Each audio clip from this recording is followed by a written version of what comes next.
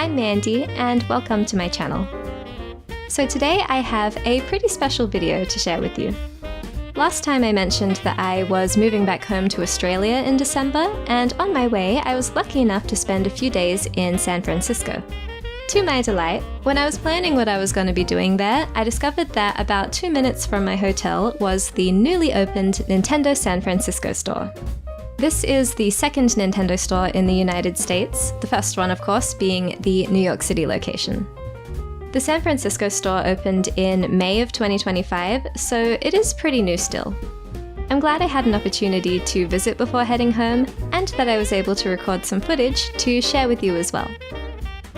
So the store has 2 floors, with sections dedicated to each of Nintendo's big franchises split between them. The atmosphere overall was really lovely. It's very bright and welcoming, and they have a big playlist of Nintendo music that makes the shopping experience very fun. Browsing the Zelda wares while listening to the Ocarina of Time shop theme is a memory I won't soon forget. All the employees I talked to were eager to let me know that any items that are exclusive to the Nintendo store are marked with these big red tags or labels on the boxed items, so that was interesting to keep in mind. There were a lot of those products, but also a good handful of stuff from BioWare, as well as things imported from Japan. Anyway, let's dive into some of the products. Now keep in mind, I didn't film everything in the store. There's a lot of stuff I missed, and I completely skipped over the video game and amiibo sections, but just know that they're there. I figure we'll start with their special holiday collection, which I believe were exclusively Mario products. They had multiple displays for these products set up around the store, but it seems like it's really just a few different items. We had this cute Mario and Yoshi snowman hat for $32.99, alongside a matching scarf, which I forget the price of. They also had some Christmas cards and this holiday throw blanket, which I think is adorable. To go with the hat and scarf, they were selling this question block cardigan. I think it's a pretty classy design, but pretty steep at $79.99. Anyway, that's a glimpse of the holiday stuff, but let's move on to what I consider the main event of the first floor, which is the Animal Crossing section. This section was full of a lot of pastels, a lot of homewares, and apparel. Here you can see some pajamas and slippers that were very cute.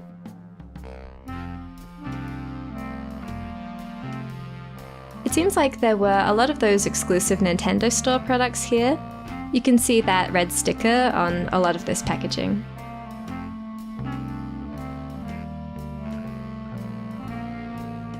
Down here is a measuring cup set, which I'm sorry you can't see very well. They were kinda heavy. I'm pretty sure they were ceramic. Another exclusive item was this insulated lunch bag. Honestly, part of me wishes I bought this because there's nothing better than a practical souvenir, but I did end up setting it aside. This one was $19.99, which isn't too bad, but as you'll see, there were a lot of things to choose from. I also really liked this phone wallet, which was also $20. I thought the pastel yellow and blue looked really nice together, but it wasn't something I really needed. Honestly, most of the Animal Crossing stuff was very tempting to me, but I didn't have a lot of space in my luggage, so I had to be careful. Now, I did end up getting a few things from this beautiful stationery section. I believe most of this stuff was imported from Japan, hence the use of the Japanese name of the series, Dobutsu no Mori. And Atsumare, I believe, is what they call New Horizons. They also had these matching pencil cases for $15. They're pretty small, but I think this is my favorite of the designs we've seen so far. Here's some cute little Isabelle pens too. Moving on, we have this adorable Nintendo Store exclusive t-shirt. I would have loved to get this one, but I'd already bought a few shirts on this trip, and as pretty as this one is, I don't think it's something I'd really reach for that often. Oh yeah, and as you watch this video, you'll see that every franchise had these lovely product displays set up above the shelving units. I think they were really well done. As you can see, there was really no shortage of beautiful kitchenwares here, from aprons to oven mitts to recipe cards. This is another thing I'm looking back on now and wondering if I should have bought. And here's a closer look at one of those oven mitts. It's bundled with a matching pot holder. I think this was around $25, but don't quote me on that. Now, the thing that really caught my eye in the Animal Crossing section were these glass jars with engraved wooden lids. I just thought they were so beautiful. They had a 12-ounce one for $10 and a 22-ounce for $13, which I thought wasn't bad. The glass is pretty thin, but for merch prices, not bad.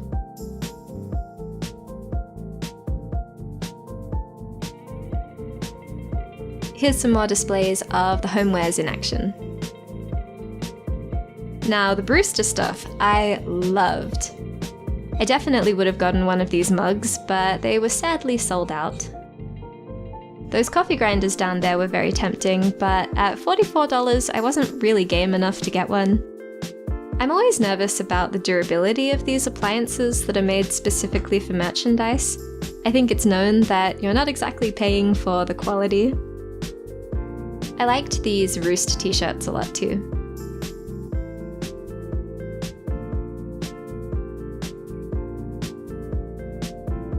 Just a few more things to look at here.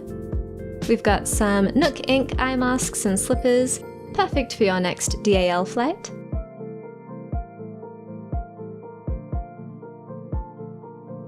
And some more pencil cases in that other Nintendo Store pattern. These ones are $20, but they are slightly bigger than the Bandai Namco ones.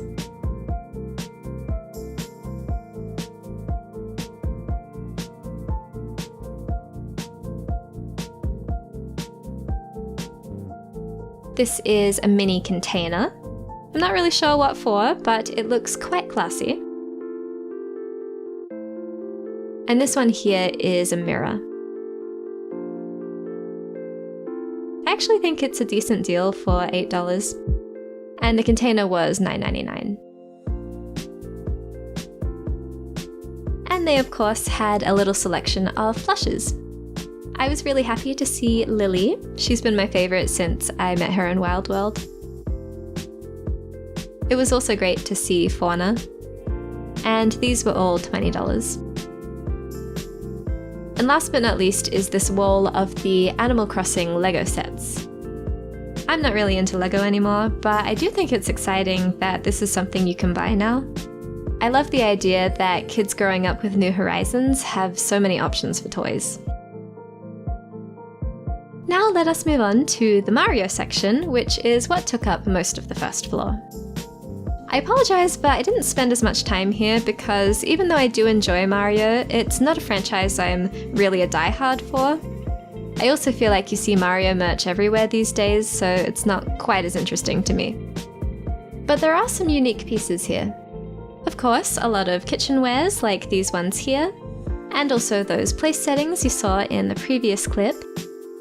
It seems like the current design they're pushing are these ones with this soft artistic look, which I do actually really like. These here are pajama sets, which I've forgotten the price of, sorry. And here's a shot for the Princess Peach fans. We've got some cushions, plushes, there's a really cute throw rug down there. I would have loved to get one for my niece, but I definitely didn't have room in my luggage. Of course, we have some plush keychains. Something about this Toad one was really calling out to me, even though I definitely didn't need one. There were also these store-exclusive pencil cases, which were a canvas material. These were $15 each. I think these salt and pepper shakers are very precious. I don't like Mario enough to put them in my house, but if Mario is your franchise, do me a favor and get these for yourself because they're amazing. And of course, this is also where you'll find the Donkey Kong stuff. My favorite thing here has got to be the hooded jacket. I think those were $70, so pretty pricey. You could buy that, or you could buy Bonanza. Okay, so As you walk downstairs, you'll be greeted with this glorious life-sized statue of Link. They have a statue dedicated to every major franchise, but let's be honest, Link is the best one. I'd say the Zelda section was relatively small, but you could probably find something you'd like. I was really interested in these Navi backpacks, which I think were from BioWorld. They were $35, which wasn't bad, but to be honest, I couldn't really see myself using it for anything. These wallets were nice too. If I hadn't just bought a new Pochako wallet when I was in Japan, I probably would have gotten one of these.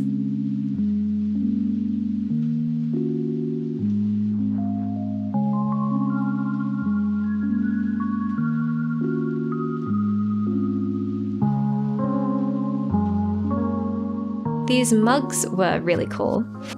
They were $40, which is definitely an expensive mug, but they were handmade in the USA. It reminds me a lot of the Danin pottery you see around at national parks and things. I do really enjoy those. I think they can make for special souvenirs. Over here we have some Korok keychains, which I think were around $10. While I was looking at these, one of the employees taught me all of their official names. Did you know all the Koroks actually have names? Do they? Yeah, I just figured this out sort of. I believe they were Maka, Oki, Makar, and Walton. I found Walton very amusing. Over here we had some Breath of the Wild plushies. I was very drawn to something about these bokoblins. I think I just really like goblins. There's something real cute about them. Now, something that was quite interesting to me was that Zelda specifically had a collection dedicated to workwear and business-related items. We had business card holders, work shirts, pens, wallets, and of course, some Hyrule neckties. I bet there's a lot of people out there really rocking these things. Moving on to the Kirby stuff. Here we have a nice variety of plushes. These fluffy ones here are from the Muteki Suteki closet line from Japan, and I mean, look how freaking cute they are. I can't get over it.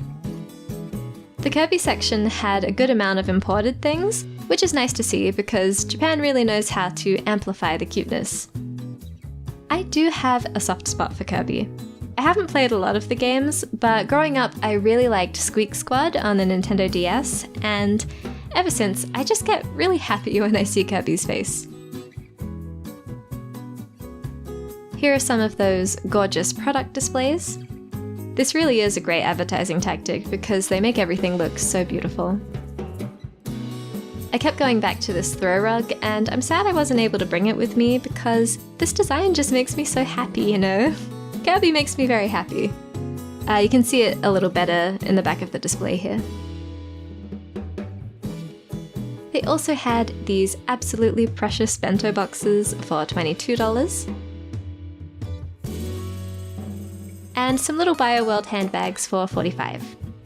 I do find smaller bags like this really appealing because I always think they'd be a great place to store a Nintendo DS or a 3DS. I remember I used to keep my DS stuff in a Hello Kitty handbag, so I guess my brain thinks that's the thing you're supposed to do now. Anyway, here we have a Kirby long sleeve, and I love shirts like this that put designs on the arm. I think there's something really cozy about it when you're wearing them. It's like you're literally wrapped up in something you love. And this one was $25. Alright, the moment I'm sure a lot of you have been waiting for, let's check out the Pokemon section. So we've got a beautiful Pikachu statue right in the center, and underneath it is where you'll find the special 2025 Christmas products. First up is this precious festive Pikachu, which is very, very soft. And Pokemon had a lot of little Christmassy statues as well.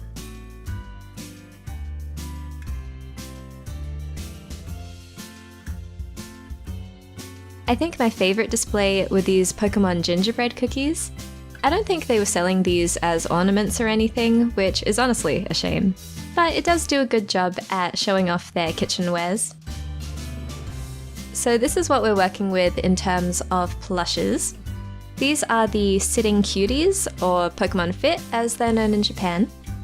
These are the ones that currently make up the bulk of what you'll find at Japan's Pokemon centers, but unfortunately the selection here is much, much smaller. It was interesting to see which ones they stocked. For the Pokemon they did have, there seemed to be plenty of them, all except for this lonely little Butterfree. I'm pretty sure these were all $17. I was excited to see Slowpoke. I was very close to getting one. I probably would have if it was a Slowking, because ever since watching Pokemon 2000, I've had a soft spot for him.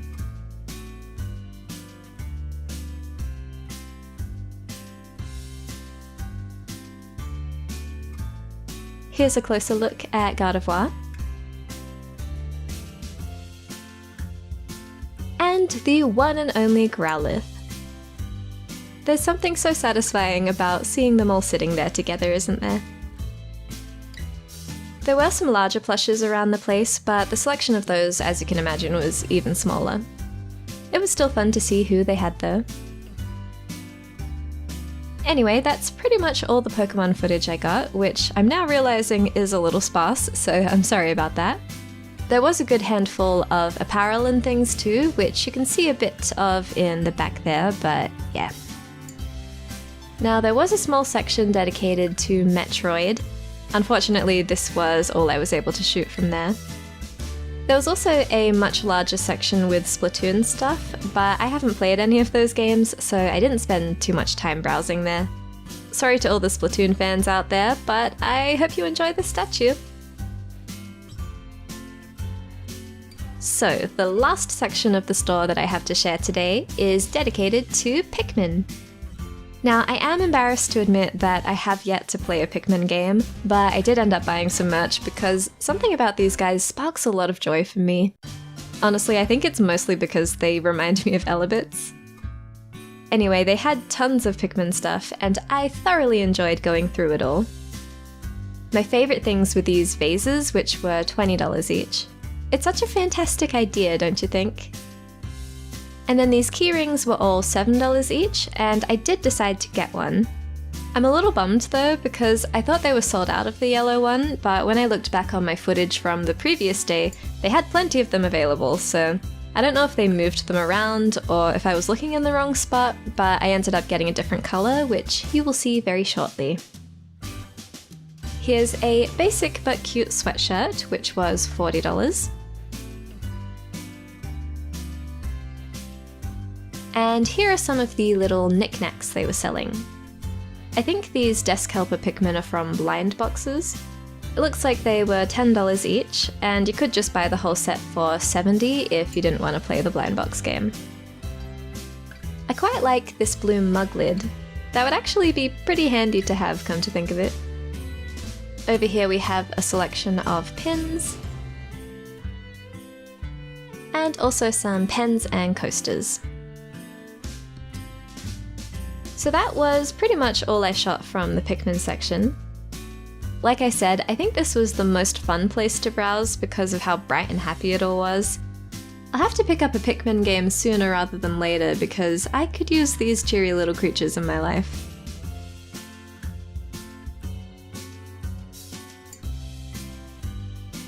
Anyway, I think it's about time we dive into the goodies I picked up from the store. So first off, we have one of those incredible Pikmin flower vases. I really think this is one of the most clever merch pieces I've seen. It is small, but I think it's the perfect size for what it is. You'd probably only fit a single flower in there, but you know, I think that's the point. And like I mentioned, I grabbed one of those little key rings. I wish I had the yellow one, but I think this blue guy is a good second choice. So that's it for Pikmin. Now, Animal Crossing. There was no way I was going to be able to walk away from this glass jar. I think it's the perfect usable item. And because I'm indecisive, I ended up getting both of them. At the moment I'm using the big one to display some of the patches I've collected on my travels through the US, and I'll probably put dog treats in the smaller one. I also got some of that adorable stationery. Here is the little pencil case and the Timmy and Tommy notebook.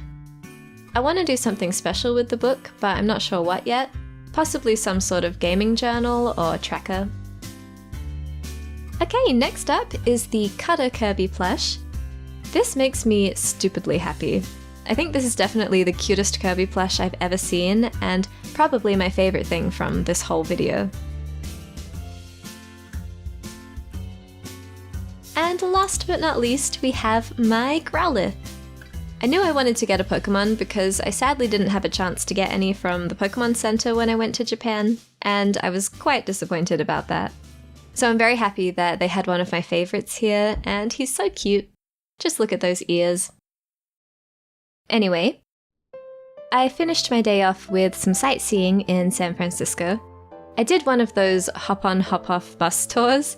My therapist actually recommended this to me, and I'm really glad she did because, let me tell you, I did not have the mental energy to organize my whole day on my own. This was definitely the hardest week of my life, and to be honest, I was not in the mood to explore. But I'm glad I dragged myself out there because it was my last chance to see San Francisco for the foreseeable future. I feel like this was a very cozy way to explore the city, although I do not recommend sitting on top while driving over the Golden Gate Bridge. It sounds like a good idea in theory, but it was cold and the wind was absolutely terrifying. I also stopped by Pier 39, which was fun. They even had a souvenir shop just for dogs, which was great because I missed mine very much, and for some reason everything there reminded me of him. Oh, and before I headed back to the hotel, I stopped by the Green and Montgomery intersection, which is where that iconic scene in the intro of Monk was filmed. I know it's probably not that interesting for most people, but for a massive Monk fan like me, standing here was the coolest thing ever. And now every time I watch Monk, I'll be able to point at that scene and say, hey, I was there. And there's no bigger flex than that. Anyway, those were the highlights of my trip to San Francisco, and specifically the San Francisco Nintendo store. I hope you enjoyed this video. To be honest, one of the reasons I wanted to make it was because it was a pretty awful few days, at least emotionally, and I thought it would be good to try to create something to lift my spirits a bit and to make some positive memories that I could share with all of you instead of sinking into grief and loneliness. So thank you for watching this through if you did. It means a lot to me. Things are still kind of tough right now, but I'm really looking forward to making more videos on this channel again. I have some fun things planned, and I'm really going to try hard to keep up with a more consistent upload schedule. I realized the other day that it's been a long time since I've talked about the games I've been playing. My last video was an old one, so I am really excited to get back into things.